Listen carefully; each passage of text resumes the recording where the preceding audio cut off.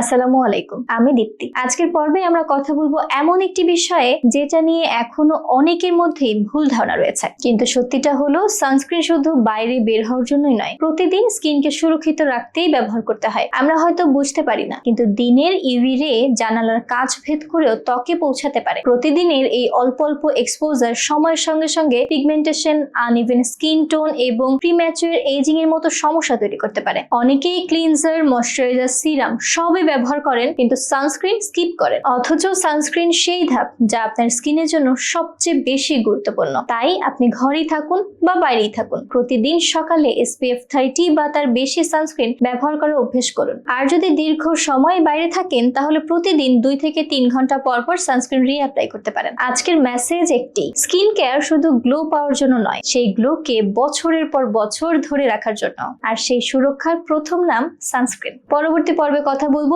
নিজের যত্ন নেওয়া ও ভালোবাসা। আমাদের সঙ্গেই থাকুন। ধন্যবাদ।